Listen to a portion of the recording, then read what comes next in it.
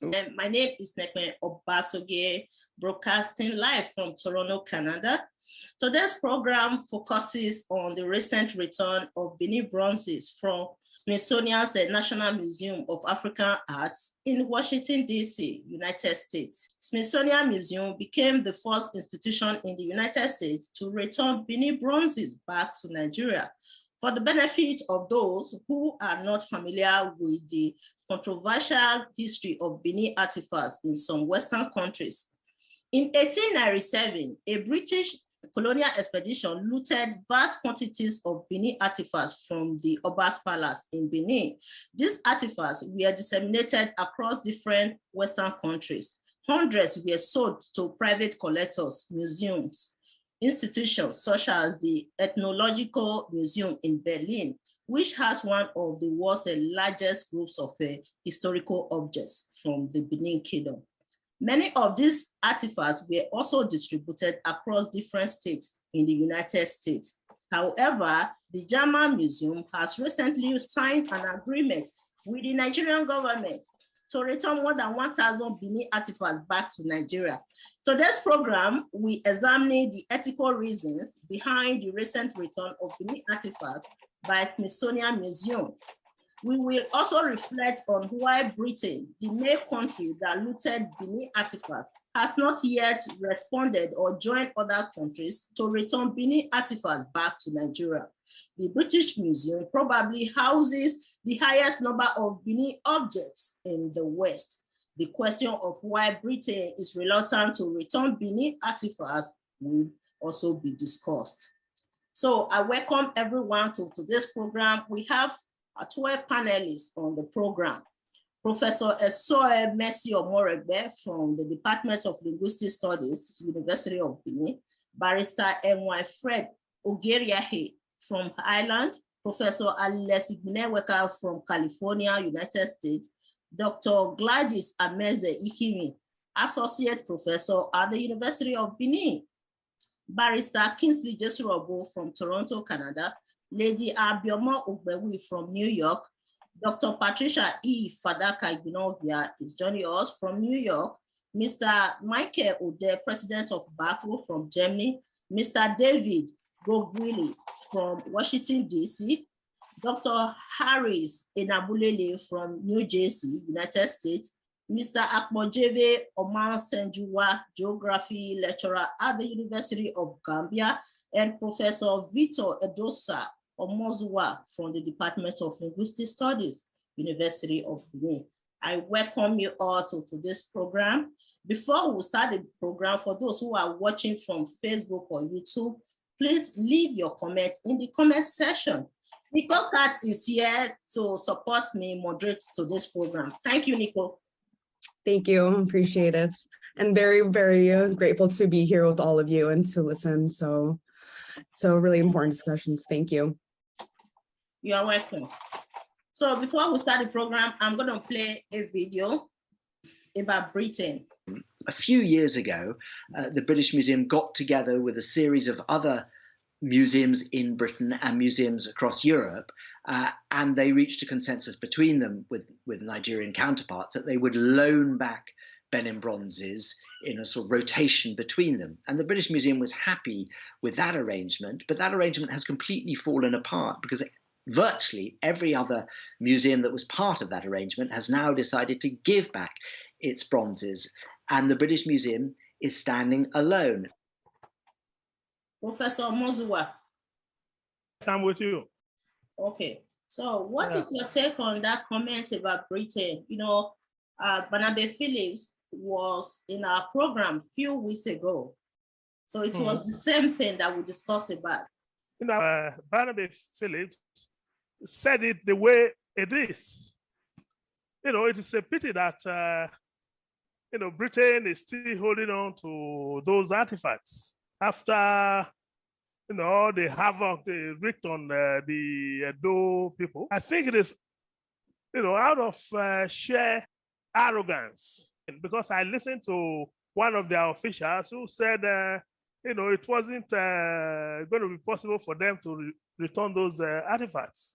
So I really don't know why they are holding on to those artifacts, even when other museums across the world have agreed to return those artifacts to the original owners. Bringing back those artifacts will go a long way to healing, the wounds. It wasn't only in respect of the cultural artifacts they took away. When they eventually established in Nigeria, they made sure they subjected us to the people. And, educationally and otherwise, we were until the late Oba of Benin, Oba Akezwa, Oba Atokpe, spearheaded the movement for the creation of Midwest states. So it's a very painful experience to see that these people are still not willing, to undo what they did. Thank you, sir. Thank you. I will call Barrister Fred Ogeriake. Yes, I would like to start by congratulating the Smithsonian Museum for the return of these artifacts. I would also like to congratulate all those, including the panel members today, for their contribution and in some aspect pressure, and of course the Nembo Television for your very consistent agitation for the return of these artifacts to Nigeria, to Benin. I would like to start by saying that one of the reasons that I would advance for these unnecessary delay of the British leading the quest for the return of these artifacts to Benin would be, one, the act of deliberate delay. Now, I say deliberate delay because it is clear from the consensus that they reached with other nations who are in possession of these artifacts, that they are clearly aware of these ethical, moral reasons or argument for the return of these artifacts to Nigeria. The other issue is the financial benefits that these artifacts have been according to the British economy, and that they've been making quite a lot of money from these artifacts, and it's becoming very, very difficult for them, I would say, reluctantly difficult for them to return these artifacts back to the original owner. They're clearly aware that they stole these artifacts. I mean, let's be very honest, they stole these artifacts, and they've been making quite a lot of money through their museums all these decades. And I think someone who has been making that amount of money would find it very, very reluctant to return such property to the original owner. The third point that I would like to raise is the denial of the existence of the reality that these artifacts were actually stolen. To say that a man who stole a property from another will now agitate to share the possession of that property with the original owner they stole the property from is an aberration from moral, ethical, or legal tenets that you cannot, even under British law, when you acquire possession illegally or acquire assets illegally, there are provisions under British law to facilitate the restitution of those properties to the original owner under the Theft and Fraud Act, so that you do not benefit from your own enterprise of criminality. And there are laws like that in the UK. So the British government are clearly aware about this, that if you steal in the United Kingdom, that there are rules that preclude you from benefiting from that enterprise. But it is so unfortunate that when you look at these rules and compare the way the British are treating the artifacts stolen from the Kingdom of Benin, you find the disparity in the approach. That, so I would say, is a deliberate attempt, because there are rules there to follow. And then I would stop there for the time being. Thank you for saying that it's a deliberate attempt. Given that at Smithsonian Museum last week, the officials even declared these artifacts as stolen materials from the Benin Kingdom. So I'm going to play the video for the audience to listen before I will go to the next person. I'm sorry, I'm going to play the video very quick. The credit for the move to restitute Benin bronzes from American collections belongs to the students of RISD, who called on the museum to repatriate a Benin sculpture of the head of an Oba from their collection back in 2017. 5 years ago, this movement started with college students. And when I joined the National Gallery in 2019, it was a postgraduate student in the gallery's Center for Advanced Study of the Visual Arts who alerted me to the Benin bronze in the gallery's collection and asked me point blank to repatriate it. I applaud this generation of scholars and emerging professionals who demand a higher bar for museums. For years, the National Gallery's curators and researchers have worked to learn more about the Benin sculpture in our collection and its provenance. We came to understand that the work had been stolen from the Royal Palace of Benin in 1897, subsequently sold at auction in London in 1954, and later given to the National Gallery in 1955. In the decades since, the work was displayed, researched, and lent several times for display here at the National Museum of African Art. Detailed evidence shows that the fowl, as the sculpture is known, was removed in a violent act of colonial conquest from the Kingdom of Benin, and as a result, the destruction of Benin City in an attack now known as the 1897 Punitive Expedition. With that evidence, the case for the repatriation of the sculpture was clear. The National Gallery's Board of Trustees approved the deaccession in May of 2020, and the gallery began the process of restitution immediately afterwards. Dr. Patricia, are you there, ma? Can you hear me? I can hear you. Okay, ma. Go ahead, your perspective on these artifacts, given that Britain, the main country that looted Benin artifacts, is reluctant to return these artifacts back to Nigeria. I think it's very unfortunate that Britain, the main architect of the stealing, is still resisting returning these items. Why I say it's unfortunate is because a lot of things might be happening. The law of karma is there. Ebonite, not to boetigbe. You don't have to swear for anybody for any repercussion to happen. The law of nature is that there is repercussion for whatever you do, good or bad.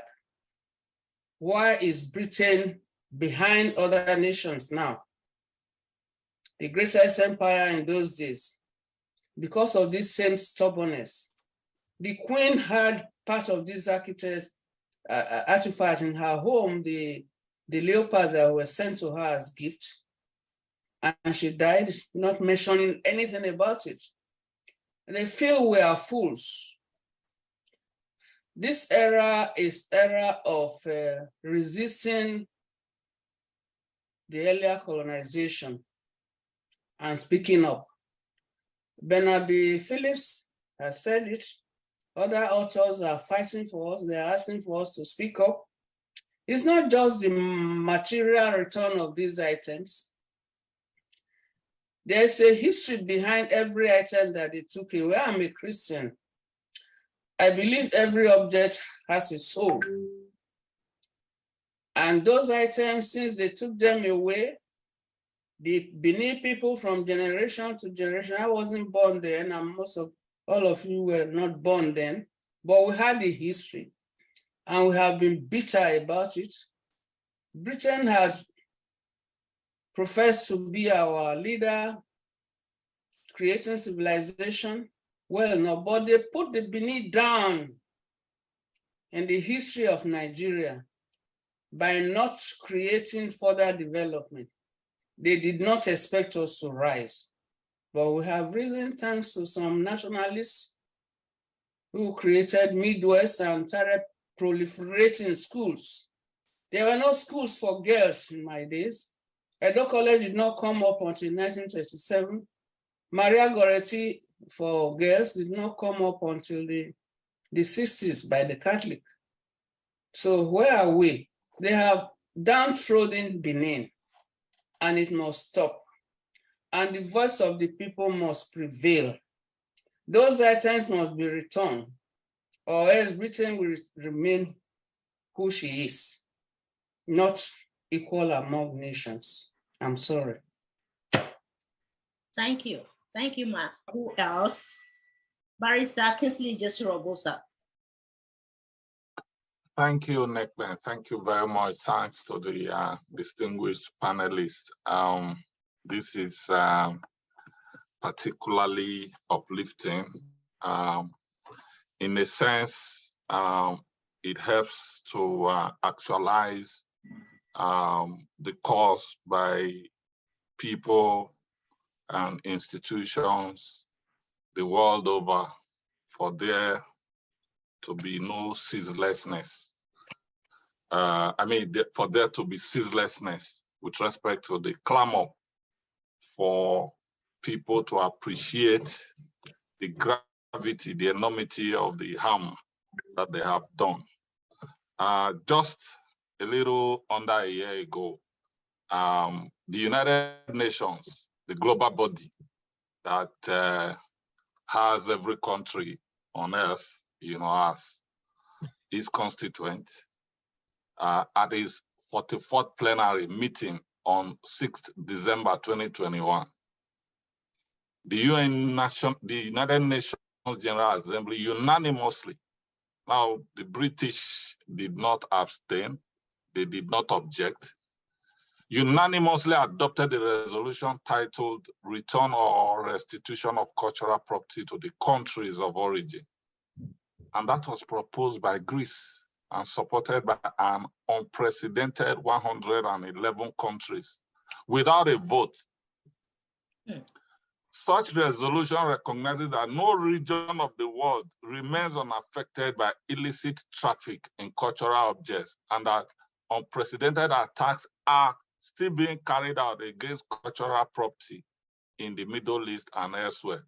So, Ms. Obasuge, what we are doing here today has global ramifications. We might be centering or focusing the conversations and discourses on Benin because of the enormity of the harm and the amounts of devastation, that came in his wake during the 1897 so-called punitive expedition, which was a war of attrition, a war that demoralized and diminished and devalued the people that even European historians had acknowledged, were ahead of their time. So when this is convoked, conversations like this, I think we have to celebrate that we are hearkening to the cause of those who have identified that this is a project that everybody has to partake in because it is a struggle for the survival of humanity. We've been talking about British Museum, and author Dan Hicks labeled it British Museums. Yeah. British. And one of the points that was made in summation in his seminar book was that his book was part of a wave of public activism in 2020, catalyzing the return of looted property from Africa, held in Europe's cultures museums.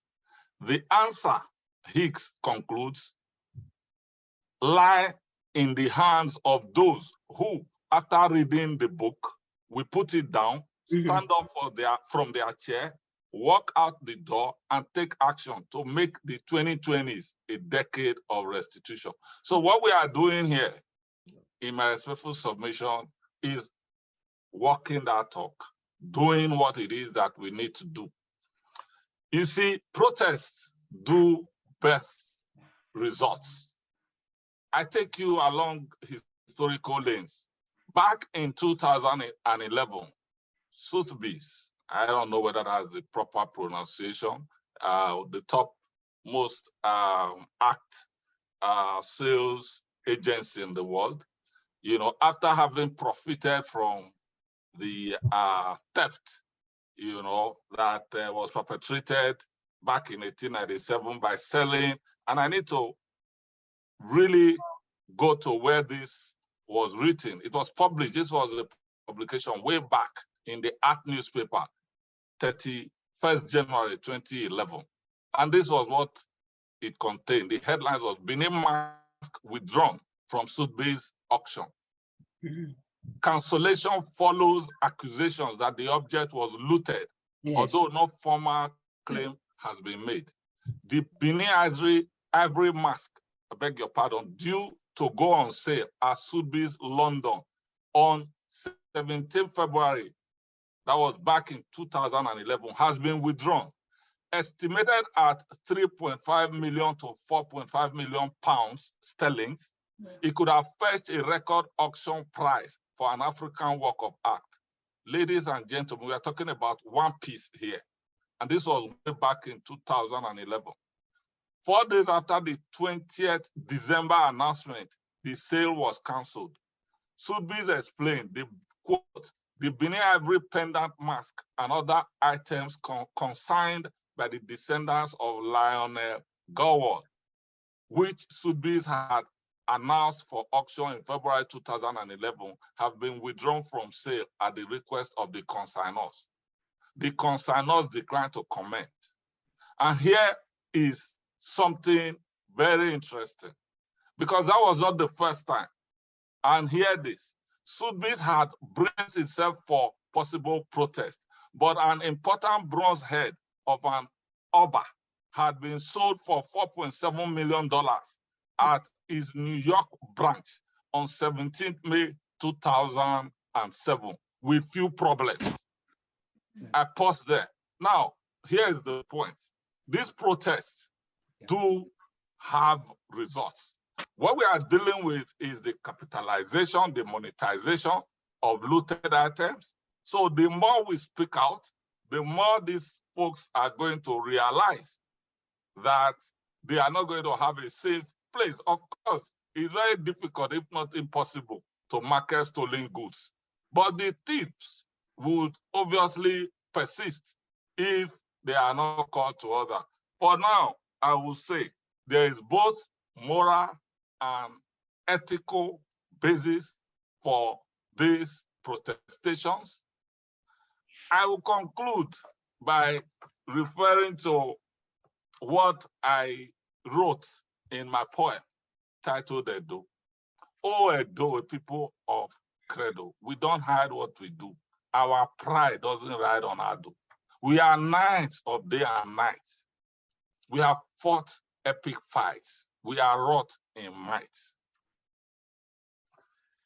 Eyes and ears have been beholden to our endogenous ethos. The Portuguese and the Greeks valued our indigenous calatos. Historians hoisted our ancestors who allowed no betters. History hated ploys and plots that could paint us in pathos. Then came the British, the fiendish and the selfish. They did what was brutish. They whisk the relish we cherish. And I fast forward. Behold about Arkansas, the second center and Benin Museum, where artifacts cry for their siblings entrapped in Europe, where artifacts cry for their siblings entrapped in Europe. Thank you. I stop for now. Thank you, Barrister Jesrobo. That was an elaborate analysis of Benin artifacts in Europe. Thank you so much. Talking about Benin artifacts being sold in Europe for £3 million or whatever, we brought Barnaby Phillips to this program a few weeks ago. He even told us that one piece of Benin artifacts was sold for £10 million in Europe a few years ago. £10 million for only one piece of Benin artifacts. That is how much these people have benefited immensely from Benin artifacts. For me, I'm not so much surprised. As far back as 1971, when I was in Washington, D.C., Howard University, myself and many Nigerian students, we all used to go to Smithsonian Museum. And then the Howard University Chancellor William, Professor Chancellor William, the author of how the civilization of Africa was bastardized. Those students who were having researches have been on the ground. I call them foot soldiers, the minding for the restitution or the return of these stolen artifacts. I'm not surprised that British or Britain is at it again, but the House of Windsor, the Queen's house, the monarchy, that is less than the monarchy of Benin Kingdom. They call it punitive expenditure or punitive mission. They are at it again. Now you have King Charles III following in the footsteps of the mom. They don't need to be appealed to. They're not taking that leadership. Many of these things that are being returned, many of these artifacts that are being returned by other museums or other nations across the world, they got them from through the British monarch, not the British government, because I heard us talking about the British government. Who's the head of the British government, if not the monarchy over there? So the call should be centered at the House of Windsor to lead the way so that the British government, if they are giving that dictates from the House of Windsor, they definitely will release many of our things. Imagine when we were going for the festa, they demanded for millions to be paid to them for them to return the Idia head, or they were going to loan it. And what did we do? We still have the arts. We still have the people who can replicate, and that was what was done. It was a replicated one, and the guy is still living. So I enjoyed Barrister Kingsley saying protestation should continue. And I see what we are doing here today as very historic. And I thank you, my sister Nekme Obasogie Ubi, that you have been able to pull all the forces together here to address this issue. It will go down historically as a historical exemplary approach that we are adopting in the diaspora. So we will continue that protestation. We will not be tired. I am still alive. I am quietly doing what I can do in my own little way, along with other Benins. We are Benins, and we don't give up. And our mom on the line also said, the law of karma. These are natural laws upon which all the other national laws are built. Unwe, if you get, oga you wa. If you get, oga you wa. And erima betai severio enikao oba akenzwa. I will rather worship God using my own traditional language. They have succeeded in giving us their English language. We were not speaking English prior to them coming. We were speaking Benin. We are Benin. That oppression must stop. And that's why we are also in another session that you heard before, calling for the study and the teaching of Benin language in the universities or in all the tertiary, in all primary, secondary, and tertiary level. We shall continue to call for that. And we shall continue to move that. The government of Obaseki, along with the secretary or the commissioner for education of Yahweh, Miss or Dr. Yahweh, should ensure that we have our Benin studies together in Benin or Edo Kingdom. We shall not be tired. We shall not give up. and we shall hand over the baton to our children. The struggle is on. I will stop there for the time being. Thank you. Thank you. So I was just working with the video from Smithsonian's museum last week. I'm going to pull out one other comment from Secretary of the Museum himself. Let's listen to him. So, 1897. Boy, that's a long time to wait for justice. A long time to wait for fairness. A long time to wait for ethical returns and ownership of such important materials as Benin bronzes. I've been struck as I thought about this day and how important this is for the Smithsonian. I'm struck by the fact that a recent survey suggests that 90% of African cultural patrimony that's in museums or in museums outside of Africa. In some ways, it's crucially important to find that rebalance, to make sure that this material is both preserved, interpreted, and made accessible to those who don't know anything about it and to those who this is about their culture. Smithsonian is humbled and quite honored to play a small part by transferring ownership to helping to bring long-delayed justice, long-delayed visibility, long-delayed objects brought back to Nigeria. Mr. David, can you hear us? Mr. David, can you hear us? Yes, I can. I can hear you. Can you tell us more, your understanding so far about the return of Benin artifacts back to Nigeria? Go ahead, sir. Understanding is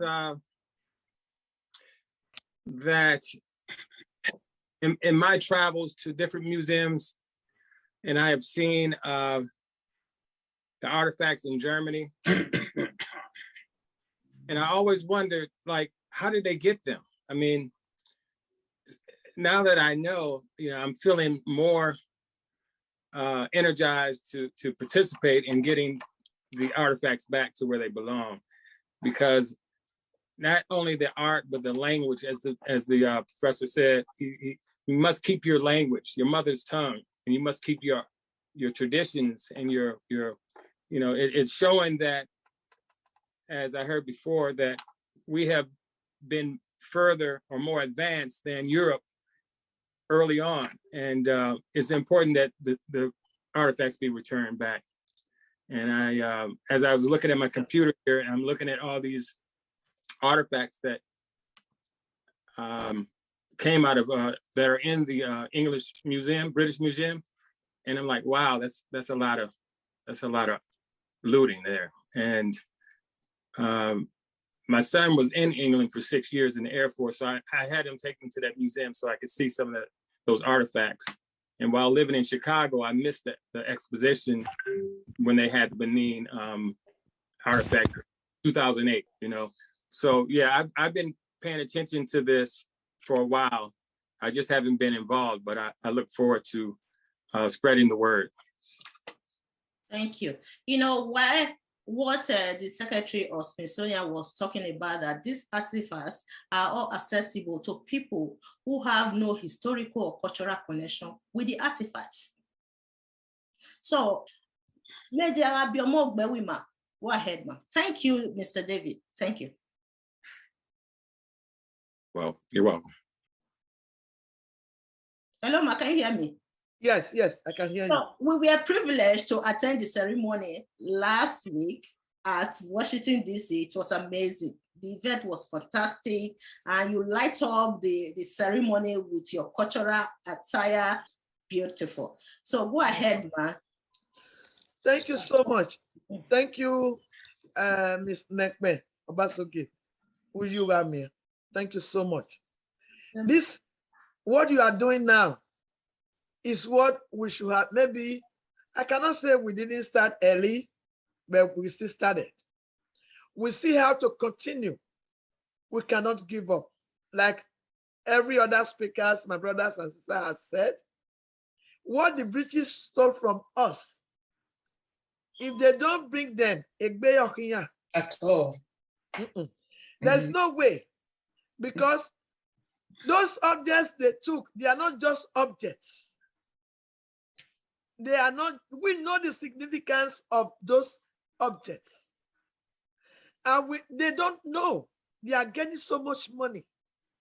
Like our brother said, maybe because of the money they are getting from it, they don't want to return it. It's not, that is part of it, but the British, as we know them, are very selfish people. Corny. Very, very corny. Someone once told me, if you see a British person and you see a snake, take the British person out before you kill the snake. Yes. Because they are more dangerous. We will not give up. We have to continue. We have to continue. Let the momentum, let it go up. We still have to continue. Everybody, Nigerians are everywhere. Benin people are everywhere in the whole wide world. We must continue so that they bring our artifact back. If they don't bring them back, it will be difficult for them. They already started getting it.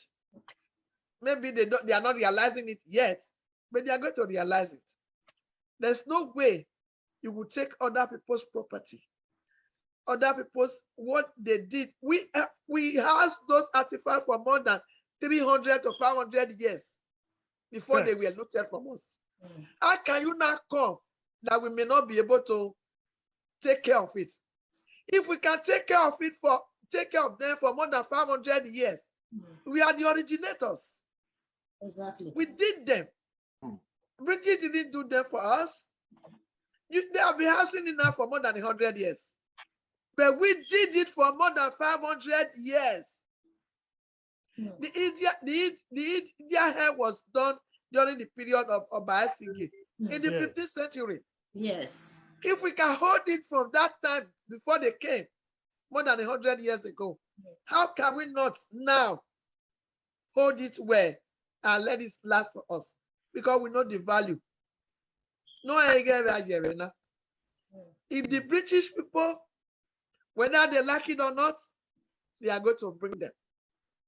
And what we are doing right now is what we should please try to continue to do. Bombard them, talk to them. Whatever, like our brother was saying about their British law, if there's any way we can go through there, let us go through there. Any way possible, we know we can do. And also, we should also try like the Smithsonian have done. There are other ones in other American museums. Maybe they can also help us, they follow suit. And then also bring the ones they have, like the Metropolitan Museum in New York is housing a lot. So they should please, maybe there's any way anybody can talk to them so that we can try and start bringing them back home. And by the time everybody in the whole wide world, Americans are doing their own, the Germans are doing their own, every other country that has it, Benin artifacts are doing their own, it will not remain only the British. We will see the answer. Yes. That is what Barnaby Phillips just said, that Britain is standing alone right now. You know, a few years ago, there was this rumors that Britain is planning to loan us Benin bronzes. So we were actually, they cannot loan us our thing. They don't know the importance. All those ancestors, they have been in bondage and they want to go back home. That is why we are clamoring. It's not just by maybe, we are working together. The people and those artifacts are working together. They want to go back home. If they don't let them go back home, it will be difficult for them to succeed. It will be difficult for them to achieve whatever they want to achieve. I'm telling you the truth. Minds are working together. The Benin people are alive, and the Benin people that have been gone to be with the Lord, our ancestors, we are all working together. And those things, they must come back home. So by doing what we should do is what we are doing now. We have to continue. We have to continue. We cannot give up. Please, so that this our ancestors can get out from bondage. Thank you. Thank you, Ma. Wesley. Yeah. Thank you. So we have Mr. Odell from Germany just joining us. He is the president of BACO. He's going to introduce himself. Hey. You know, it has been interesting now that the artifacts are finally heading home. What is a bit confusing in the whole process is that, for I feel the pain personally, that they are taking the artifacts home under the darkness, like the way they were stolen. So they are just, even people who are taking it home, they are doing it well anyway, but it's not enough. They're just taking it like it's unimportant. Then they want it, okay, go and give it to them. Undermining the circumstances in which these artifacts were looted. Our people were slaughtered for God's sake. Genocide were carried out for God's sake. A kingdom was burned down for God's sake. And a lot of things happen. Even till today, Benin Kingdom cannot stand on its own. In fact, we just existing. I'm not trying to be rude. It's like we're even going to history. Our language is terminating. Our culture is dying. Everything about Benin is dying, and they're just taking it artifacts home, just like you take something and give it to them back. I am not satisfied with the way the whole thing is being handled. No. That is number one point. The second point is, if I would say this, because I'm counting my words now, because you know, Sister Nekne and Agomon know that saying the truth in our place, you know, put you very close to the valley. But let me say it again. The fact is, we are now in a point, a very good point, to take a different step if we are willing. Not just about returning artifacts. They've started returning it, they will return it. But it would have be a point now. I'm happy that the British are not returning it now, and they are holding on. This would have been a point for us to say, okay, you can't say you are not a thief. You are. So the whole world is aware. The other people are returning it now because they know they were stolen. So who is the thief? You. So now, if you like, you keep them, but you're going to pay for it. You will tell the world how you get these Benin artifacts from inside the valley, inside the bush, inside the forest, as you people claim in Europe, how they got to New York, how they got to Germany, how they got to Japan, Australia, France, Austria, Holland. Britain need to tell the world how they got it. In the process, they will reveal to the world by themselves that the people were massacred. It was not given to them as a gift. It was stolen, not by stolen, by hiding behind the owner of the house and stole them. The owner of the house were killed. They were massacred. Sir, I can hear you. You know, this is actually our third program on the restitution of Benin artifacts. The other time we brought Barnaby Phillips to this program, it was really interesting. So it's a continuity of our past program. You have been following the program, you know what we have been discussing here. And last week we also I was privileged to join other prominent those citizens to attend that ceremony, the signing ceremony for the restitution of Benin artifacts from Washington, D.C., Smithsonian Museum. So I've played those videos of the comment from the members of the museum. So what is your take on this movement?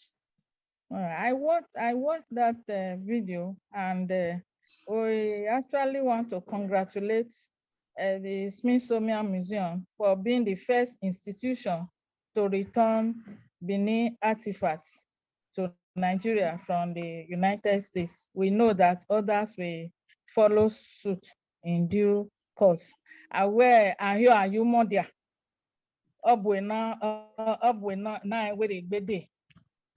in due course, they will come back. Ikpise whether the British like it or not, at the fullness of time, I believe so much in the fullness of time, they will bring those artifacts. So having said that, I want to say that there are two things that are making the British to hold back those artifacts from my own thinking. The first one is pride. You know, they are too proud. They don't want to be seen as giving up so easily. You know that the way they acquired these artifacts, and the whole world knows that the British are very proud people, officials, and they are cunning, with all other adjectives known to us. If they think that if they return these artifacts too easily or too soon,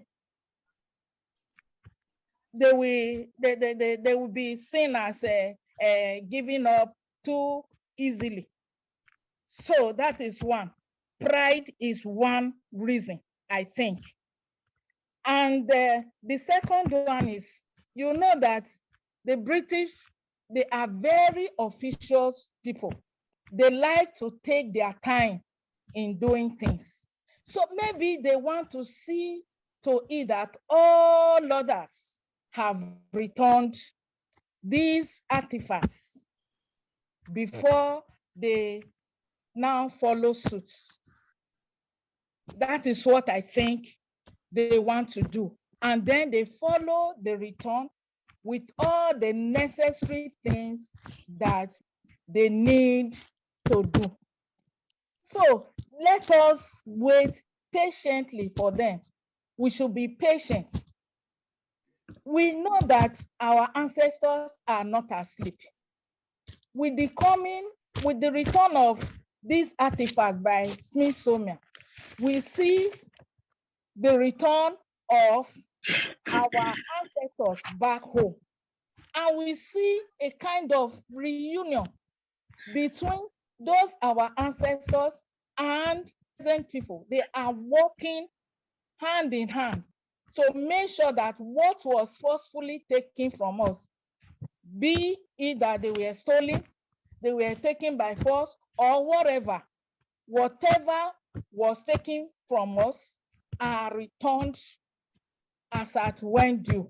We know that it is a long time ago these things were taken, but there is a fullness of time, and I believe so much in that. So my take is that we should be patient with the British people because of their nature of doing things. Yeah. It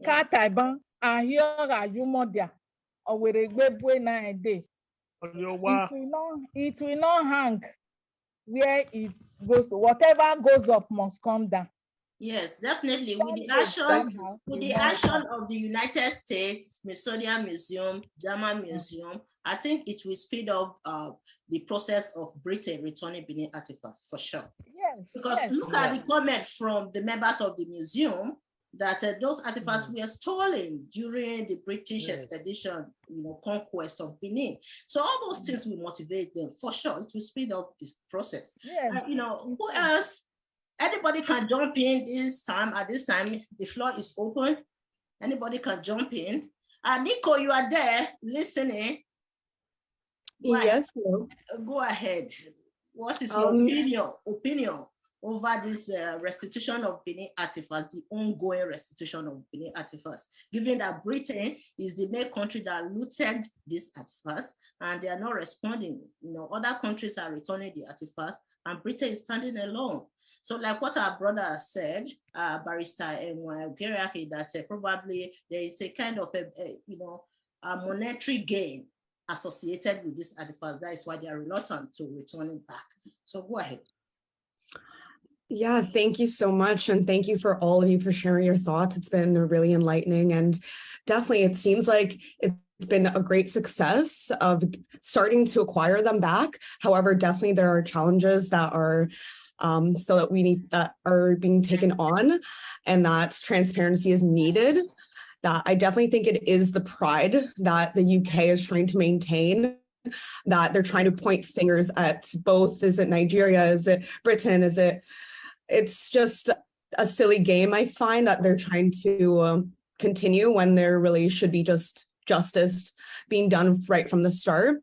That really all these artifacts each have a soul and a meaning, and that really they don't have any price tag. They are really priceless. They should just be, in the end, brought back to where they should be.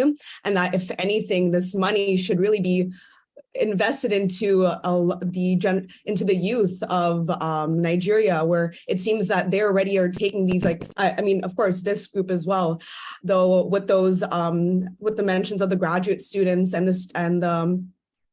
before, just how they've kind of already been able to convince more, and just that's where I'm just thinking of, like, if more money can be put into the language, the culture, and the history, and even if they had these artifacts, they can teach the youth about their culture and their history. And I feel like from that, really, even more activism can continue on from your generation, from all the generations that are coming as well. So it's just like, I hear you out as well. It's a little, like, disheartening that it's just starting now. It is definitely late, though it is incredible that it is starting, and that I think there are going to be great strides going to be accomplished very soon. And I'm very excited. I wish you all the best of luck. I think it's amazing. I'm very, very grateful for this. So yeah, thank you for having me speak. Thank you, Nico. Right now, the Benin people are saying that returning those artifacts will go a long way healing the wounds of British colonial violence in Benin.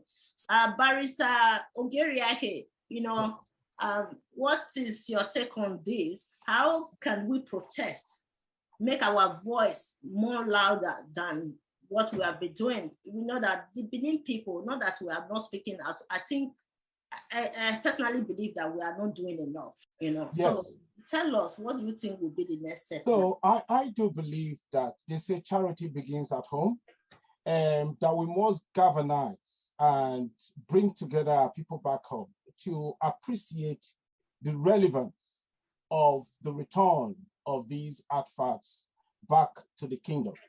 Now, quite a lot of the agitation you would find out, well, politically, yes, there has been moves to impress on the British and all those third parties who hold the Benin artifacts to return them. But I think it is time for us to properly educate our people back home that this is of essence, not just cultural, ethical essence to the Kingdom of Benin, to make them realize why we want them back home, and to make them realize the benefits that these same artifacts is according to those who stole them from us. That is one way about it. Now, the second way about it is a collective consensus. Your platform is one, Nebo Television is one. I know there's another organization called the United Kingdom of Great Benin Empire. They have TV stations. There are quite a lot of collaborations, and that these entire platforms should come together as one to ensure that this become a topic, a daily topic, throwing this issue at the doorstep of the British until they appreciate. Because at the moment, it would look as if they're not appreciating what they've actually done, which is very, very unfortunate. Now, the world knows what they have done. The world knows the truth about the Benin artifacts. And I think it is high time that, apart from pushing it to their doorstep, that will make them realize the seriousness of what this agitation is about. That they killed, they murdered people. Undoubtedly, one can, lay their hands on any book to find out that these artifacts were stolen, and that they were stolen from the palace of the Oba of Benin. Oba Gatokbe, he said. that they have so profited from this, from the remotest antiquity to today, and they are not willing to return this back to their original home. It's quite unfortunate. It's very uncivilized. One would say that, well, we expect the Africans to behave like this. We expect the Africans to react like this. It's like jungle justice. They acclaim this whole notion of superiority in terms of civilization. There are democratic processes that they operate within, day in and out. We all have the opportunity to listen to the way they dialogue democratically. Why are they not applying the same mechanism to the artifacts they stole from the United Kingdom of Great Benin? Exactly. Why are they not, those days we have Africans leaving Africa to go to the United Kingdom to study, because we felt that the educational system was so superior and that you learn more, so that they know the political and democratic process to recognize justice, to recognize fairness, to accord justice, fairness, and natural justice to people who you have denied their rights for such a long period of time. They've held these artifacts for a very long period of time. And not to be able to come and say, we're going to lead this agitation to return this property back to the original owner is quite unfortunate. It casts doubt on the credibility of the system. I must say this, and I want the international community to hear this. It casts doubt on the credibility of the democratic system which they profess that they uphold to the world, which they profess they uphold to the world.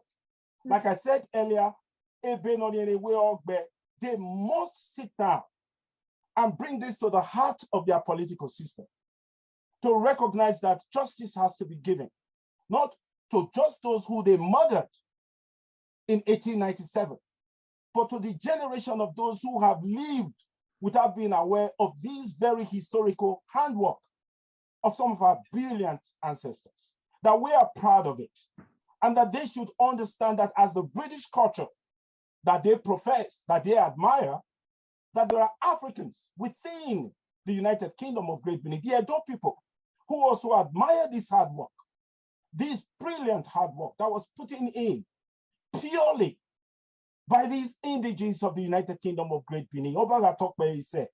And I think what I'm saying basically is that we must galvanize the whole of the Edo nation, the whole of the Edo nation, wherever we are around the world. If you have a social media platform, you have a Facebook platform, on your WhatsApp pages, on your door, on your seal windows, I want the whole Edo people to send the message out that it is time that the message is brought to the doorstep of the British, even though they're deliberately, ignoring the facts. And it cannot be ignored any further. The time is now for the restitution and the restoration of these artifacts back to the United Kingdom of Great Benin. That would be my conclusive intake on the subject itself. Thank you very much. Thank you. Thank you. Thank you so much. Can I say something? Yes, go ahead. Thank you so much, my brother. Well said. And that is the truth. The British, we all know, they undermine the rules and regulation of other people. I think theirs is the only one that everybody must respect. They are oppressors. So what we are doing now is the right thing we are doing. We should continue to do it. We cannot give up. And whichever platform we can discuss it, let us continue to discuss it. And let it be going straight to them. And you don't know, our ancestors are already tormenting them. It started. God, it's a bad time. They want to come back home.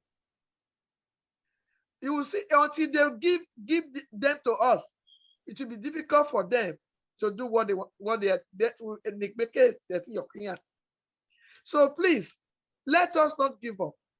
Let us continue to do what we are doing. because what we are doing now is the right thing. I will let them be getting the message so that whatever we say, they get the message. Whatever we are going to do, I believe when they get home, there will be a place. Like Oko Artisa said the other day. He said the Omonoba is planning to build a museum, the Royal Museum, that can house the artifacts if they are returned to us. I believe at this time, he said Professor Wole Soyinka is the head. I think that's what he said, Nekpe. Yeah, chairman of the Chairman of the Royal Museum, yes. Exactly. If we have that, we should not be afraid that where they will be housed. I believe we have a place for them. They belong to us. We know where to put them. And as our Abba is preparing, he knows. He's a very, very highly educated person. He knows when they come back, they should be in a place that will be conducive for everybody to see it. So let us fight, continue to fight to see that they come back home. They come back home, we will have a place for them. And another thing people I read about, some people are saying that these British are very, very cunning. Yeah. Even if they say they are bringing them back, are we sure they are giving us the original artifacts? They are not giving us replicas. So I saw that someone talk about it. So let us be sure they are giving us what they stole from us. As we are talking, let us be sure they are not giving us fake. Please. That is true. The way they are reluctant to return those artifacts. Yes. You know. Who dare me? I thank you all for your contributions. There is an aspect I think we should also look inwards. That is the Iviedo. Because these same English people we are talking about, we have used all the available adjectives to qualify them. Corny, arrogant, they're full of pride, stupid pride and all that. But you see, these people, when they, the so-called amalgamation, up to now, I don't think they have forgiven the Edo people for being the only one that stood up to them. Thank you. Thank you. Yes. Say that again. Yes. Say it again. They have not forgiven us. And they, even during the they humiliated. Yes. After during the post-colonial era, I said it before, they tried everything to make sure that nothing is said about the Edo people at all. Good. Yes. They try to rewrite the Edo history. They use the University of Ibadan. The historians there, up to now, you can see, a schism between the thoughts of those old professors in the University of Ibadan, when in respect of this, the Benin Kingdom, vis-a-vis, relationship with the Ife, kingdom. That's right. So that's why if we are not able to tell our people these hard facts, it will be difficult because one, they use religion too in their cunning ways to make sure that our traditional values are further decimated. So when you get an average Edo person now, and you talk about Ukure, they will see it as it's devilish, it's this and that. But those are things our forefathers, our ancestors had on. That's why. Can you imagine in an ancestral altar, somebody will go and steal the the staff. Ukhure. It's unthinkable. And that was what they did in that palace at that time. Yes. Because in the palace you had Ukhure of succeeding, the Obas. And they packed everything away, and it didn't mean anything to them. And our people now don't even see the value of those. It has spiritual connotation. Yes. Even within each family, they think Exactly. is fetish. It's not fetish, a representation of every man. Yes, ancestors. So you can imagine what it is to cut away all the Ukhures of how many Obas that reigned and that were stored in that place. Yes. And like our sister said, why would they be? Are they the one to tell us how to house those? Hey, exactly. They were housed before. Yes. They were. If they were not properly kept, they wouldn't have sent them to steal. So I'm very, very sad about the whole thing, because the British has never, seen us well at all. And not even the British people, House of Windsor. Let's address it directly. Not the people are different. British people are different from our royal. Yeah, but my address British people. Not the people. The House of Windsor. House of Windsor. No, but they use British people to come and fight our people. They are the same. The common people on the streets are different. Then in Nigeria, the common people, the house, the elite class. The army they sent here was it not from the common people? I have set up Orima, ni Gorima Udo. The politicians ni run now. Anybody take a president in Nigeria or career Britain, House of Windsor. I know that it's economic. I know. Thank you, sir. Thank you. I know that Mr. Ode, the president of Bako, has a personal experience about this, how the Europeans brought religion to brainwash our people. To go against their own tradition.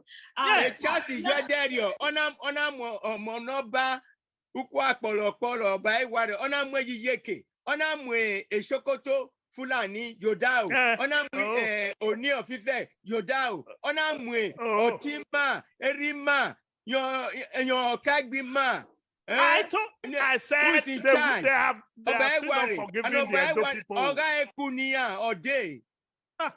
Obima eteke nonsense or day, highly educated, many Abremota Iba.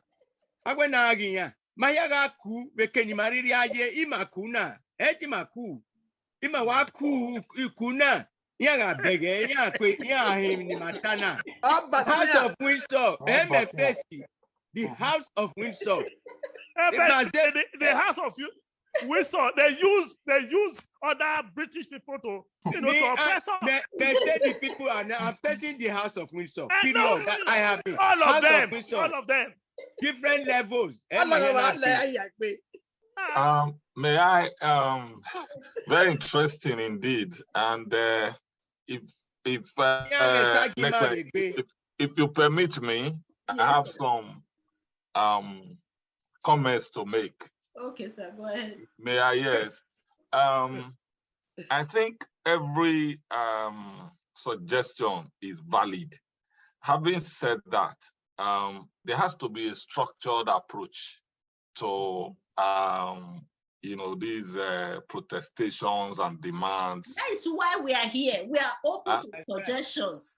Yes, I'm coming. And you see, at the different fora where these issues crop up, there is a great deal of formality to the process.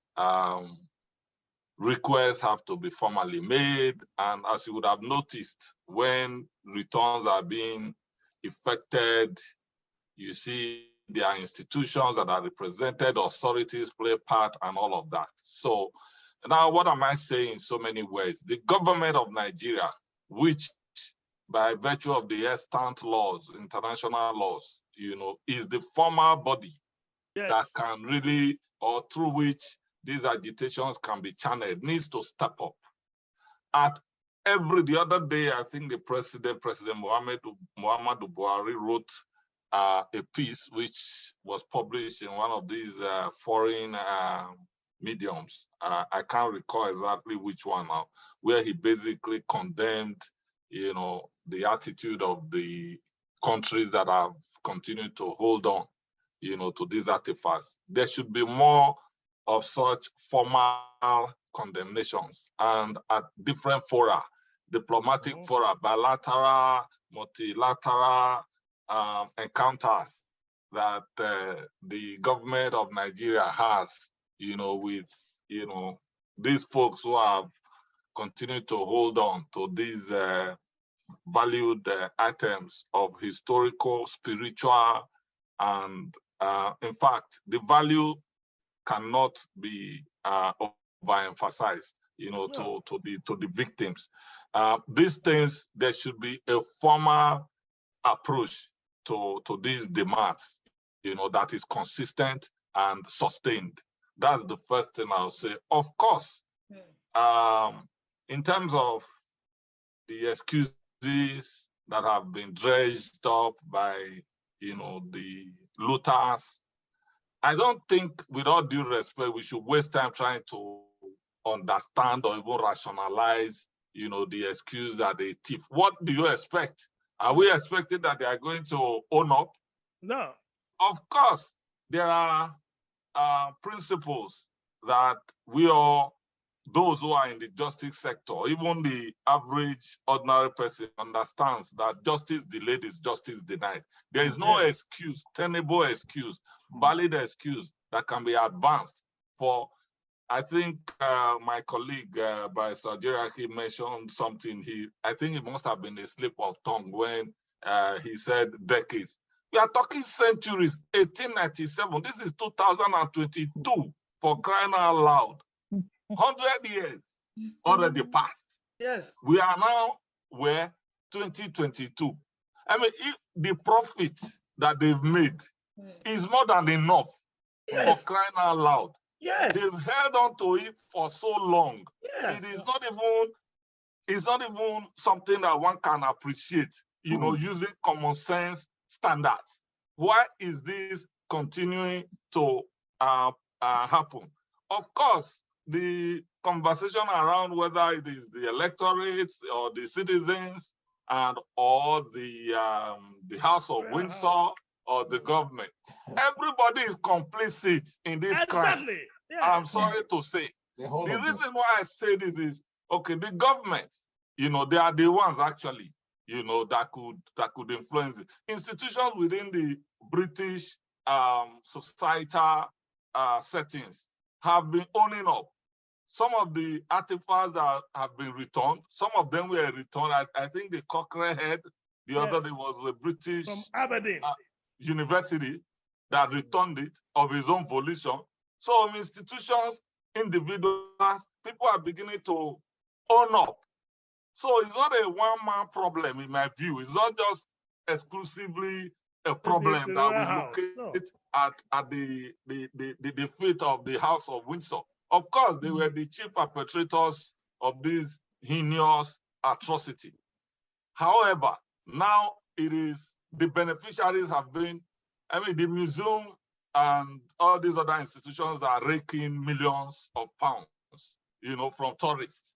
I don't think every pence or pound that they make goes only to the House of Windsor. So the more we look at it, the more we see that this thing is something that soils the image and reputation, of the British people.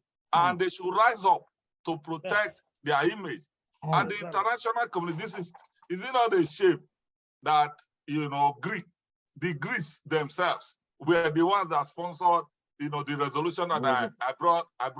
The British should be at the forefront, of this recognition and attempt at restitution. Now, as for us as a people, I think each and every one of us, every Benin, needs to appreciate that he or she has a role to play.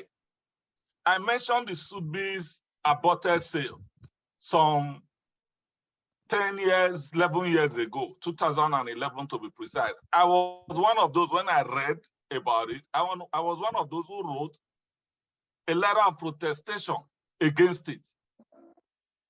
Believe it or not, at that time, perhaps nobody thought it was going to be effective, but lo and behold, it proved effective.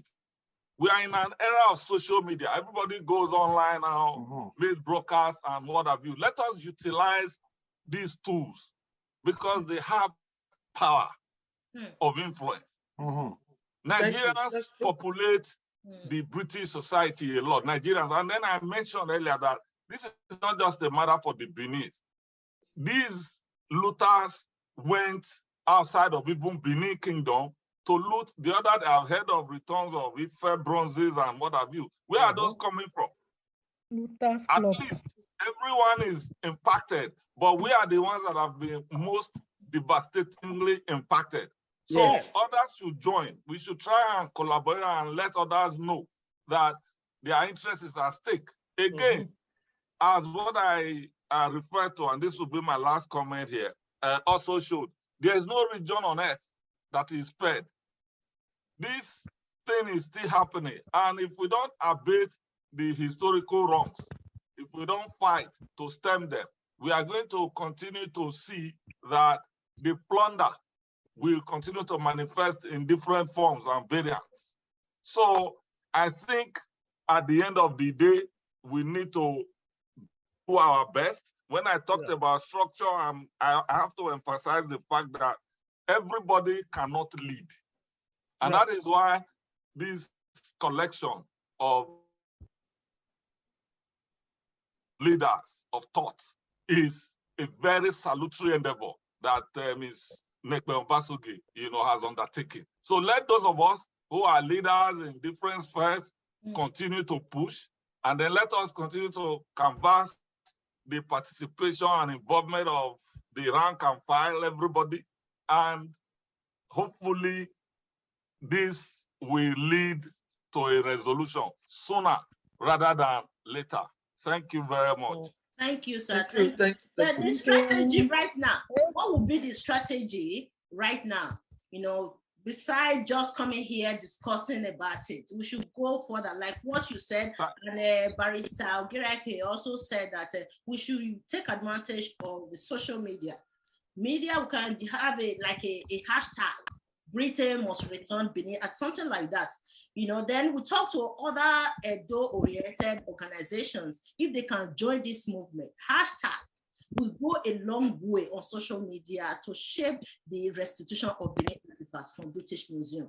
So I sincerely agree with the suggestion of Barrister Ogirake and Barrister Kingsley.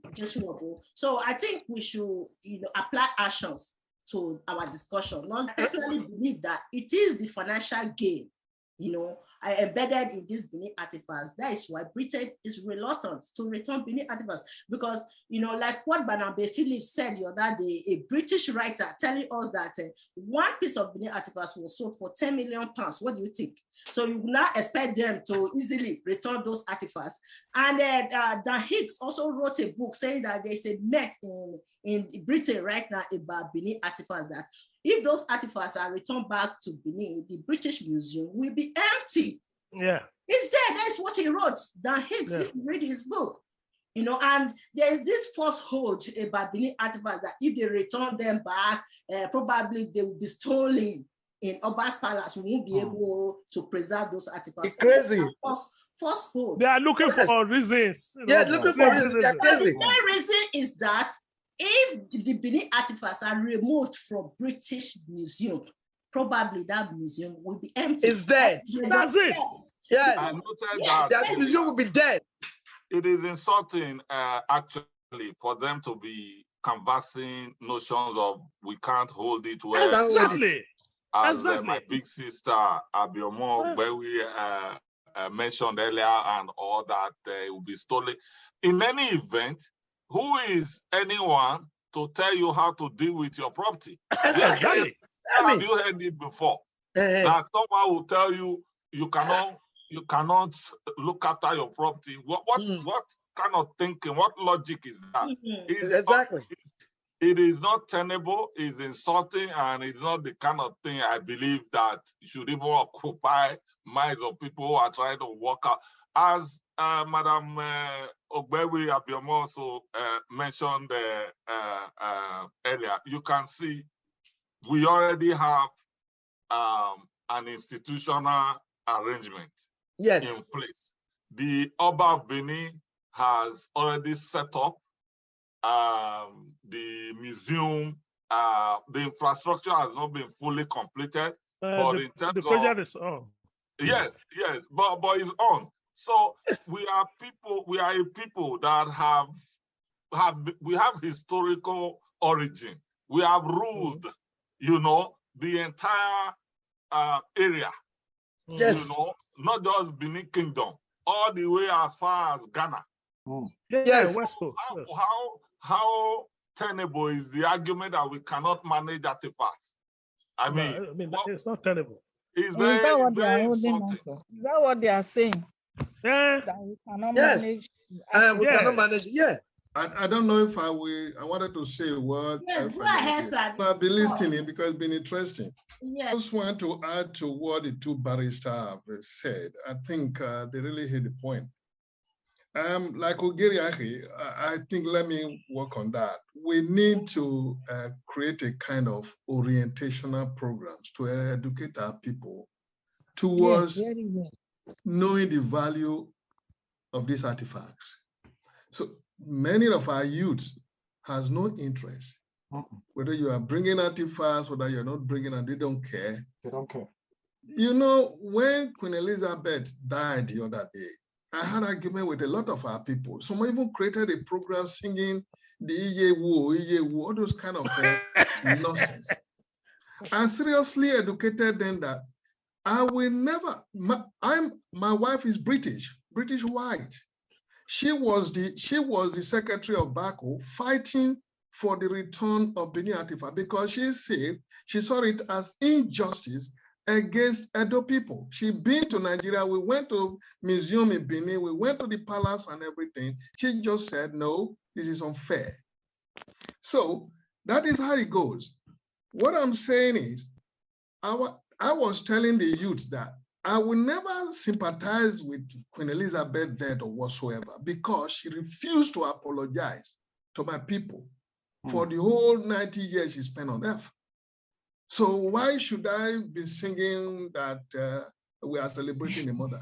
I won't do that. I apologize to my children. I said, that is your mother, children, but they committed atrocity in Benin.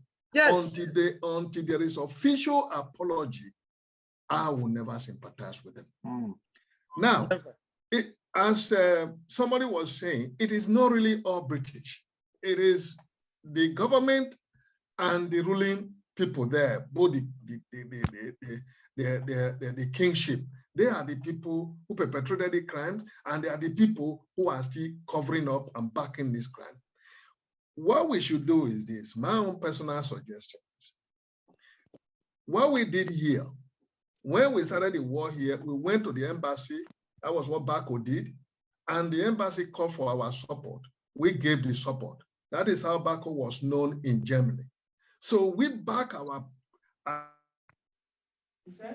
I can talk to people anytime. There was a minister of cultural and whatever that was in embassy there. He even came to Hamburg to meet us. We work hand in hand with them. And the head of the museum here, Frau Professor Blackensteiner, I see her all the time because she's in Hamburg. I call her all the time. We put pressure on them. Look, a beneficiary of a system can never look for the change. No. Have you ever seen the owner of a slave or owner of a slave will now be fighting to free his slaves? It's not possible. They are the one who committed this crime. They don't want anybody to talk about it. So it is we There is the elder of my village before I left really long many years ago. He said, so it is we that feel the pain that should fight. The Yes. British can ever come out with a different kind of argument. Mm. If you then they don't say, okay, you can't keep it, you will destroy it. Yeah, very fair. If we now make that argument clear today, come, my friend, where did you? We are not touching it. Where you took it from, go and put it there. Then they will start an argument again. Oh, if we want to fly it in the sky, the wave of the aeroplane, it will break it apart. They will always come with this kind of argument. But here it goes. Until we hold them in what the German call Pfoten. That is, you hold them on the eggs. I don't want to call the name here. They will never act. We have to work with the federal government, because the federal government, that is another problem we have on our own. The federal government, we are not represented there. Did you know? Don't you know that Benin are not represented in the federal government? We are not. And that is giving us I said we put pressure on the ambassador here. He is from Sokoto. I mean, Borno State. He had contested there for the governorship twice. So we work with him. We put pressure on him. That is how he acted. Then these people listening to him. So if we don't push our government, they're not going to act, because for someone like Lai Mohammed, they are the one arranging it. In the real sense, Lai Mohammed don't have to sign any good document, because that is how British and the Western countries organize these things. They said these artifacts belong to the museum. So even here, when the one in Hamburg and Germany here were handed over, or that was unfortunate, I couldn't go there. The Minister of Culture is a woman. She only go there and make a statement. The signing and the documents and everything were done by the museum. I just want to let people know it doesn't have to be that Lai Mohammed is irrelevant. No, it's just that this is how they do it. It's museum to museum. British did all these things to cover their back. That they are not interested in artifacts. They are not the one doing it. It is the museum, which we disagree. So, what I was trying to say is my point one. Like Barrister Ogeriaki said, we have to orientate our people. We have to educate our people. We have to make our people know that these things is not about money, that these things values. You know, this is, as I always say in most of the interviews, artifacts is where Benin recorded their history. That is why today, to worsen it all, I heard that history is not even taught in our schools anymore. I left there for a very long time. So, so at the end of the day, these artifacts will be able to teach our people the history of Benin. Presently, I'm writing the history of my family. They gave me the assignment to write it. So this is how we have to bring our youth back again, to educate them and tell them, look, this is the value of Benin people in history. Without doing that, all these things will just come home. Even though you open the museum, people will not go there. And the essence of doing it will be defeated. That is number one point.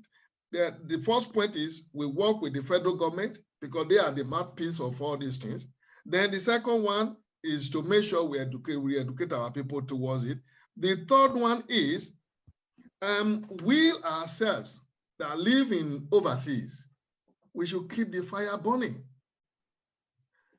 Letters have to be written to museums, whether you are individual, whether you belong to a group. That is what Bako was doing, and that is what we still continue to do. Write the foreign embassy, tell them how we feel, tell them our pains, and let them bring all these things home. When they continue to receive this kind of letter, whether they steal or not, we live in a democratic world, they will listen. And then we should be connecting with each other.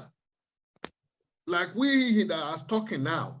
After this talking now, we just disappear. We have no connection to each other. We should connect each other and see what in area, beside coming to talk here, privately in area where we can really help to make sure these artifacts come home. And my own is, I continue to hammer on it, without you holding the British hard through legal means, they won't do anything. That means we, the Edo people, need to come together and sue them for damages. That will bring them to the negotiating table about the artifacts. I said it the other day in one of our groups in Benin. The Germans, they just sued them, the Polish people just sued the Germans 1.3 trillion US dollars for the damages they did during the World War. This same year, the Germans agreed to pay 1.4 billion to Namibia for the crime they committed during the colonialism. What happened to us? So we have to attack the British too, sue them. Once the case is already in their court, they can't throw it away. It will become a debate. It can last 200 years before they answer it, but the paper will be in their museum there. It will be in their archive. They will be in their court that Benin is suing them. And now the awareness will continue to grow. The awareness is already there anyway. It will continue to grow. I've listened to videos now from some of our American blacks talking about Benin, how British committed crime in Benin. It's because of these orientational programs that we are doing online. Let me quickly jump in there, sir. Thank you. Go ahead, please. Thank you. I know that we have two barristers here. You know, a few years ago, when I interviewed Ebohon, a high priest, Ebohon, he said he wanted to sue Britain for looting Benin artifacts, but the Oba of Benin refused to support such ideas, saying that we should use dialogue. Yes, so there are two ways to do it. The first, I think there's a principle that is quite common in the United Kingdom and in Ireland, and that is establishing a local standard, that you have some kind of interest in perhaps the restitution, the reparation of damages that was done in 1897.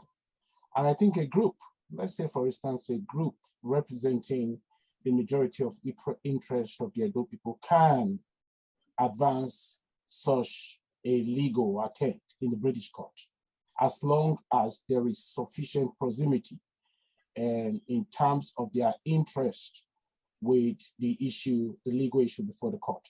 There is also the second attempt, which is the consensus between the palace, the state government. We cannot exclude the state government, the palace, the state government, and the federal government. So that is another way to go about it. But at the end, it is the federal government's discretionary purview that would take precedence. So whether the president of Nigeria wants to engage in such international dispute with the British is another thing. So that's the two ways I think it can be done. There are broadly recognized organizations within the European Union that could stand and say, well, we represent the majority of interest in the Edo nation, but I mean, there has to be some kind of discussion or communication with the palace to say, we want to do this.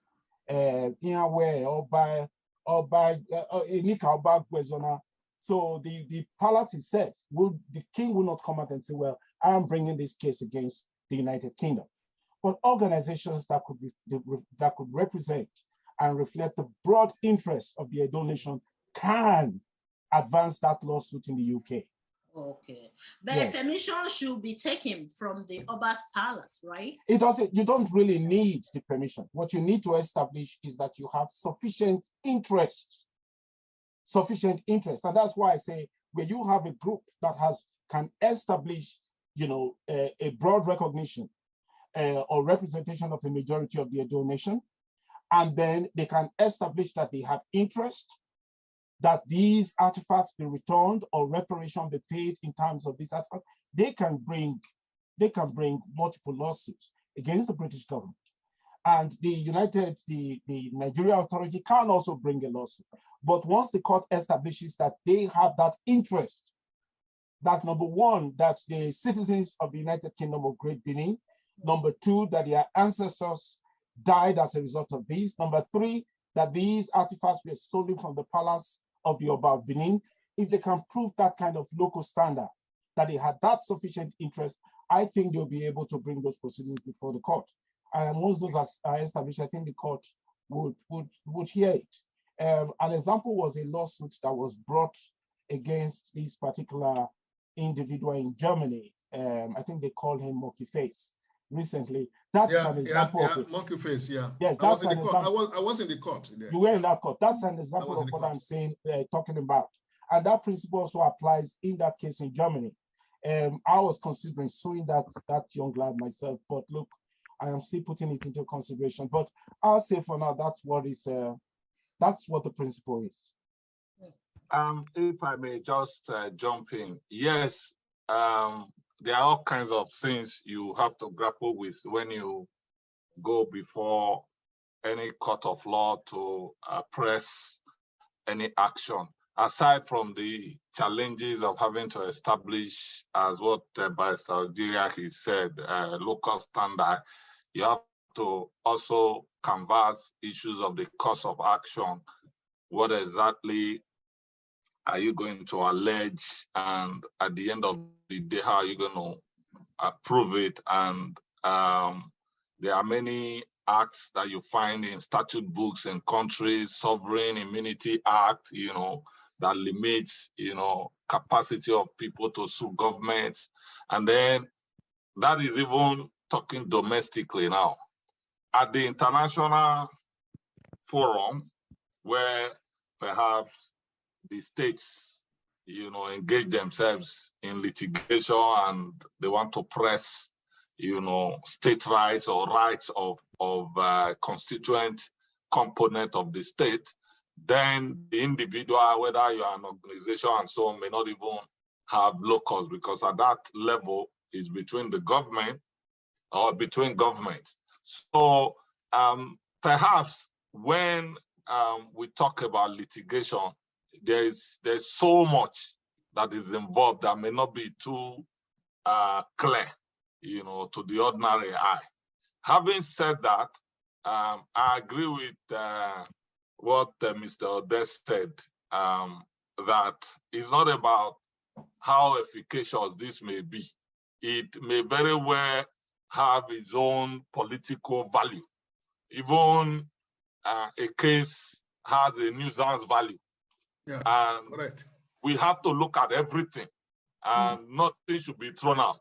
So I'm not here saying, there are hurdles here and there. One thing that is undeniable is that there is intrinsic validity in these claims. Whether you look at it from a legal or moral perspective, there's something that can be made out of the grievances. And as for the palace, of course, our monarch, in his wisdom, he himself was a diplomat, so he understands. He has been in the vanguard of this, agitation. There is no instance where I've watched the clips of the Omonoba of Binoba Atokbe, where, he was in interactive sessions with, people from countries that are holding these artifacts, where he did not mention or did not make a call, for the return of these artifacts. So we have to explore everything: diplomacy, litigation. Nothing should be, taken off the table. That's what I would say in response. Thank you. Just to add, thank you very much. Just to add to that, I do believe, for the time being, just like we discussed in our previous section, that the moral and ethical arguments seem to be galvanizing momentum. That solely on the basis of the moral and ethical argument, you find that quite a few number of these artifacts have been returned to Nigeria. And I think we need to continue to explore that further. And I think by exploring that further, we'll be able to put ourselves together. And I think we need quite a lot of our people to understand the relevance of this. Right. And to rally behind this cause. And you can see that the moral and ethical argument of the restitution and repatriation of these artifacts is beginning to really torment the West. Right. It's beginning to, those who are keeping silent are clearly aware of this momentum. Right. I don't want anyone to underestimate this. And that includes the British. They are at a point of no return now.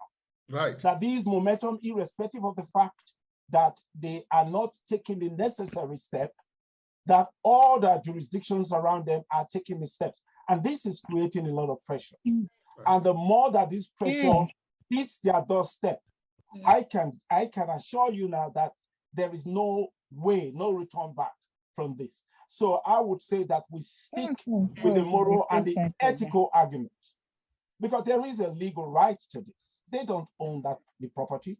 That is a legal aspect to it. But we can use the moral and the ethical argument to galvanize our people to obtain what they've stolen from us. They didn't take it lawfully, they stole it. Yeah. Now, violent. I mean, the Oba is the leader of the Edos, and definitely is the chief custodian of our culture. But will the defendants say, okay, well, you have no locals because one of your leader is not there, and or you have not presented a letter from the leader, the Oba? I doubt that they can make any mileage out of such defense, because as you heard, groups that can establish that they have sufficient interest may very well be able to pass that or meet that threshold and pass that threshold test. So it is, of course, our Oba would have a whole lot of reasons why he may not want to, get into the arena of conflict personally, but that shouldn't stop the Edos who, have the interest of both the palace and the indigenes at heart from banding together to explore ways, to actualize, these laudable objective. So we have to be expansive. It's not a matter of dragging the Oba into there. There might be arenas of conflict that the Oba himself may not necessarily, have to be brought in. So, but it shouldn't prevent us from exploring them. That's my take. Okay, I think from all discussions heard so far, we are making headway. Yes. We know what is at stake. Yes. But the motion I want to move is to make us move forward so that we don't end at this discussion still without doing anything. Whether taking or not, there are actions proposed, legal, moral, ethical, and we have two lawyers here. I want to appeal to the House if they can make both of them lead the course of the legal action and find out all the details. Then social media. I want to move that we have a hashtag like Nekma Basogi has said that says Britain, hashtag Britain, return the stolen artifacts, return the 5,000 artifacts stolen from Benin Kingdom in 1897. Hashtag. All the news media, like you had hashtag return those students who were taken by the Boko Haram and so on. It might work. We keep repeating it and everyone will hear it. And then the other aspect that we make them fear. You don't seem to be taking this seriously. I had a tenant, I'm a Christian, sometime in Benin. All legal efforts, he won't pay, won't leave the house. So I told my cousin with me, I said, let's go there. I took baby powder, talcum powder, and poured across the doorstep. He came the following day to pay the rent and offer to leave.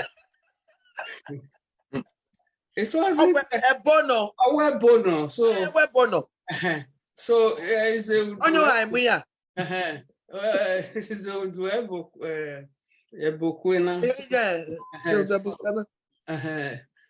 So I'm saying that if you don't drive that fear into them, they don't fear your legal action. You might remain there forever asking for it. They are adamant.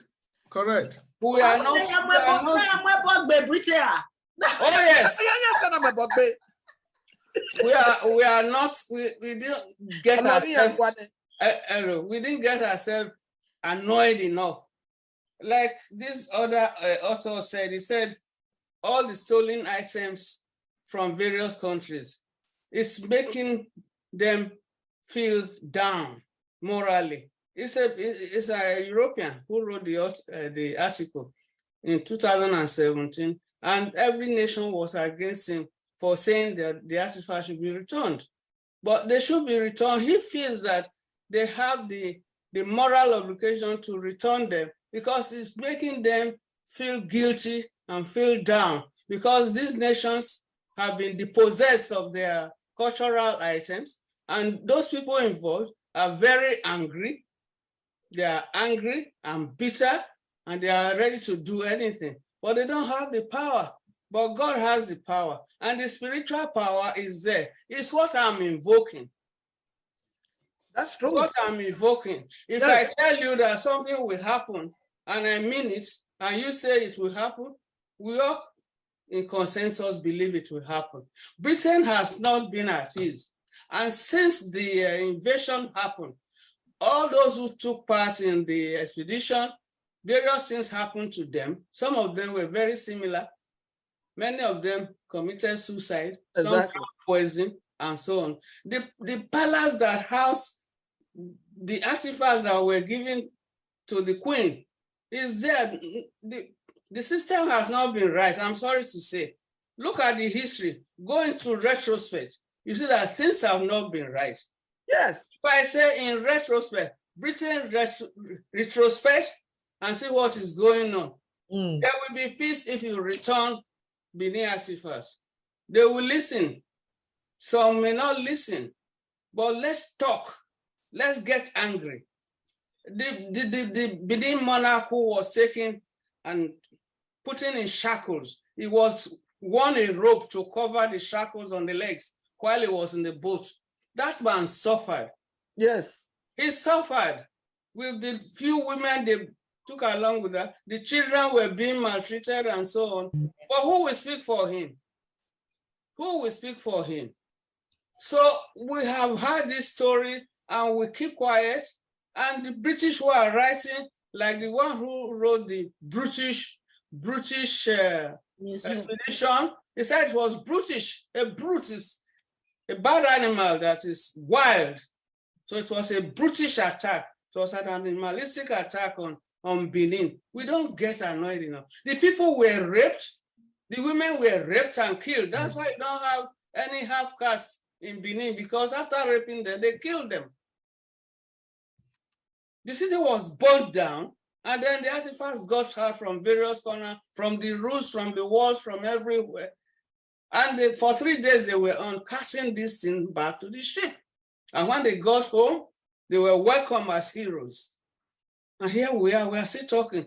Since then, we have been downtrodden in Benin. No schools. The Oba doesn't take his rightful place. He was the most important monarch in West Africa. And his empire spread to Ghana and so on and so forth. My great-grandfather was part of that expansion. What are we doing? The Oba cannot go to court to do this as a leader. Let's leave him out of it. Whatever you are doing, he might acquiesce, might condone it. But let's see if we can take action on behalf of our people and ensure that Benin will continue to go forward, prosper. We may not meet up, but we are not doing badly. That you are all assembled here. It gives me joy that there are still people in Benin who were not downtrodden. Thank you very much. Thank you, Ma. What we are doing now, if they hear, you need to hear what some people's comments are concerning this return of the artifacts, because of the way they have been brainwashed in terms of the religious thing. That's where I'm going to.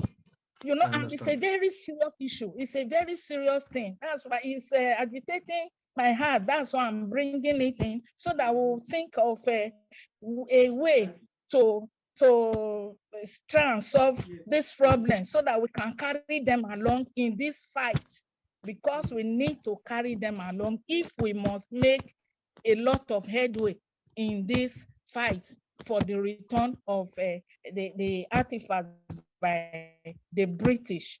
You know, many have been hypnotized. Yes. That's a very serious one. Because of that, they don't even believe that anything about the Benin culture has any credit at all. Any so value. when we are talking about the return of the artifact, they see it as returning those rituals that have been taken away. Fetish. They see it as a kind of a fetish, ritualistic aspect of the belief. So I think what we should do is to find a way to, in the course of reorientating our people, we should find a way of disabusing their minds against this kind of orientation. In 2019 in Benin, we were in that meeting. Mr. Zeyamo was there. A lot of people, big Benin's were there. So when the program was going on, and I said, no, stop. They wanted me to address them, and I said, no, we should start speaking Benin. If we are Ogbahaya, though, the language we are speaking here should be Benin. It was there, I know. Someone like Pastor Isaiah Yamu can speak Benin without mixing it with the English for more than 2 hours. Really? And I'm telling you this. Maybe you don't know. Because the father was a chief. Yes, I was so surprised and I was so proud of him. So I told them in that meeting before I told them, if you lose your language, that was my quotation. If you lose your language as people, you lose your culture. If you lose your culture, you lose your identity. If you lose your identity, you become a slave. Nobody. So this is it. We should identify our problems and start solving them. So if we identify this, then we look for a way to be educating our people, telling our people in different programs, wherever we have. If I'm a Benin, I always go to ITV there and I speak my mind the way I want it. This is Benin culture. When I'm there, I take my children are white. I taught them how to speak Benin. That is point one. When I'm in Benin, I take them to TV there. Benin's are happy to hear white children speaking Benin. I think everybody should contribute individually to this aspect. Once Benin language become a proud language, our culture will be back. Because if you speak in parable now, our youth doesn't know what you meant. So we that are still holding Benin language, we should look for a way. Language is number one. Once our language is back again, our cultural values will be identified. If our language die, come on, we forget about us. So we will not live in history. Thank you, sir. We have been doing a lot to preserve the language over this month. I know Professor Mozuwa is here, and recently we even declared August 13th as Edo Language Day. So we have been doing our best. We are also encouraging Edo citizens worldwide to continue to teach their children how to speak the language, because language is the vehicle that we use to drive culture. And I identify with what the professor mentioned when the whole issue of the reception that we might get, might become a challenge given the bastardization of the belief system of the average Edo person. I think the do azoele se awegbe or ugie or ikpedi ugie or So the fact is there's an object here and there's a reality.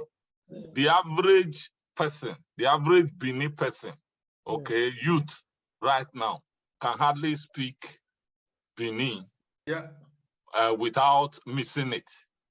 even many of us who were born, when my father gave birth to me and my mom, Kingsley was not part of my name. Imweti Osa was my name. Now, when I was going to do my West African Examination Council's exam, I just inserted by myself. I inserted Kingsley. And that's how I ended up being Kingsley Jesoro. But my father never gave me any English name. Yeah. So things have even worsened, you know, at this point in time. But if we are going to get to the minds of the average Benin person, we can't pretend that we can penetrate it through the use of a language near understand, language in So we are stuck with reality. That's what Nekme is trying to say. So in using Benin, she's able to access more people. I mean, in using English, she's able to access more people. I mean, a writer will be lonely and a speaker will be lonely even without an audience, without someone reading. Yeah. You know? So in this context, please,